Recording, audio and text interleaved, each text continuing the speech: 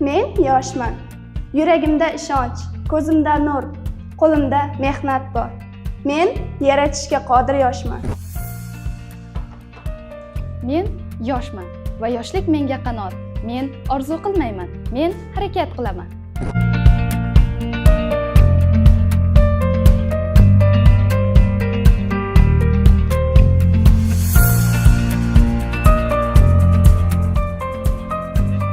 Men yoshman. Yoshlik menga berilgan imkoniyat va men bu imkoniyatni vatanim rivoji uchun ishga solaman.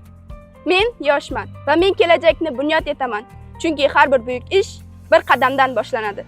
Bugungi bayram bilan barcha tengdoshlarimni muborakbod qilaman Va ularga eng ezgu tilaklarni yo'llab qolamiz. Bayramingiz muborak bo'lsin.